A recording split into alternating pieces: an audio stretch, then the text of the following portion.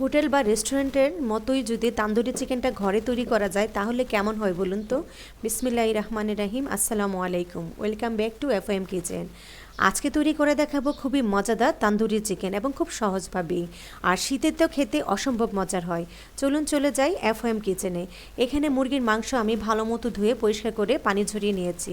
লেবুর রস দিয়েছি আস্ত একটি, আদা বাটা, রসুন বাটা এবং স্বাদমতো লবণ দিয়ে আমি ভালো মতো মুরগির মাংসগুলিকে মেখে নিব। মেখে আধা ঘন্টার জন্য আমি রেখে দিব যেন মশলাটা ভালো মতো ঢুকে।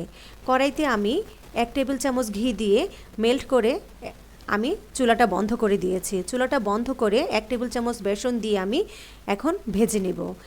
চুলার জাল কিন্তু বন্ধ থাকতে হবে। এখন দিলাম 1 টেবিল চামচ কাশ্মীরি লাল মরিচের গুঁড়া দিয়ে আমি ভেজে নিয়েছি।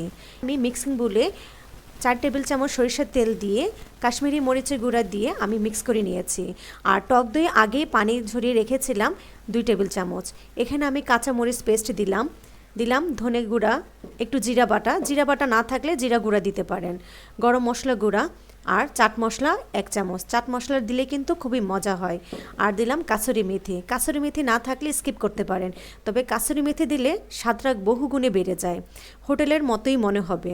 আর যে বেসনটা ভেজে রেখেছিলাম সেই বেসনটা দিয়েও আমি এখন মশলাটা ভালো মতো মিক্স করে নিব। এভাবে যদি তান্দুরি চিকেন একবার ঘরে বানিয়ে দেখেন খুবই মজা হয়।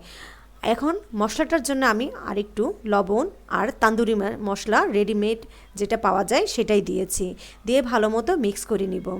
মিক্স করে আমি এখন চিকেনগুলি দিয়ে ভালো মতো চিকেনের গায়ে এপিট ওপিট করে মেখে নিয়ে আমি 2 ঘন্টার জন্য রেখে দিব।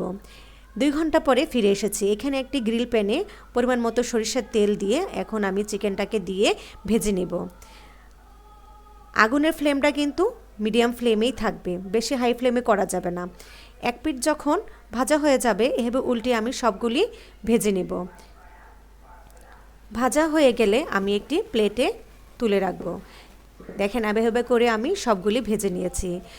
এখন গ্রিল প্যানটা আমি ধুয়ে পরিষ্কার করে একটু সরিষার তেল দিয়ে আমি যে মশলাটা মাখানো ছিল সে মশলাটা দিয়ে ভালো মতো প্রায় 10 থেকে 15 মিনিট ভালো মতো কষিয়ে নিয়েছি। কষানো হয়ে গেলে 1 পিস লেবুর রস দিয়েছি। লেবুর রসটা দিয়ে আরও 1 মিনিট রান্না করে নিব। রান্না হয়ে গেলে ধনেপাতা কুচি দিয়ে তান্দুরি যে চিকেনগুলি ভেজে রেখেছিলাম সেগুলি দিয়ে একটু মশলাটা গায়ে লেগে দিব। তখন কিন্তু তান্দুরি চিকেনটা অনেক জুসি হয়। কি কেমন হলো বলুন তো, খুবই মজাদার না? আর এভাবে একবার ঘর তৈরি করে দেখেন, খুবই মজা হবে। ভিতরে সফট, একদম জুসি, ড্রাই হবে না মাংসটা। আমার রেসিপিটা ভালো লেগে থাকলে লাইক কমেন্ট সাবস্ক্রাইব করে আমার পাশেই থাকবেন। ভালো থাকবেন, সুস্থ থাকবেন। আসসালামু আলাইকুম।